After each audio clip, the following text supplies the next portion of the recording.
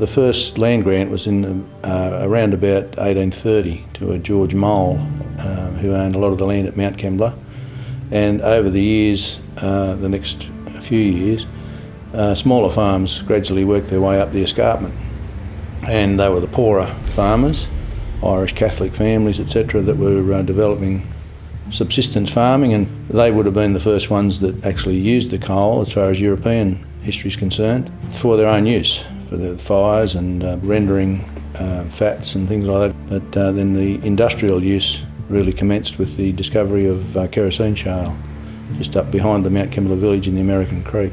And the kerosene shale was assessed as being very profitable, so over the next few years they talked John Graham into developing a shale mine on his property. So that commenced production in 1865, and there was a coal company, Mount Kembla Coal and Oil Company, that took over the lease of the kerosene shale area that later became the coal mining development. This was financed in Great Britain.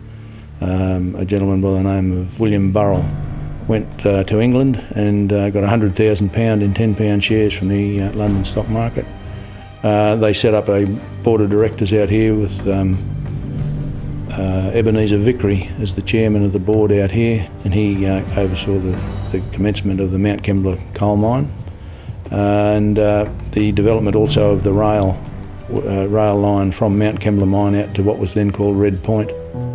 Ebenezer Vickery, son of a bootmaker, gradually built up a vast empire of manufacturing, mining, shipping and property.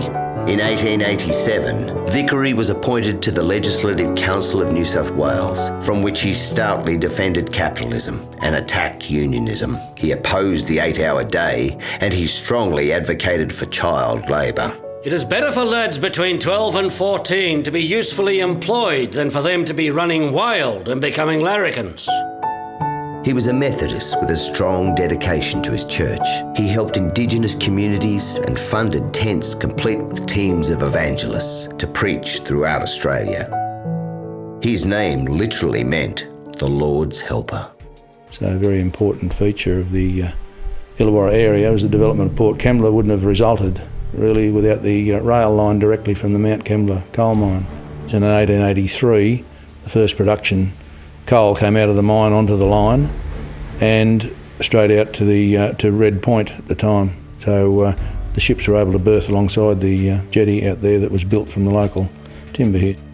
That was probably one of the biggest economic drivers of the state, and also contributed greatly to the new federation in 1901 when we federated and Port Kembla developed.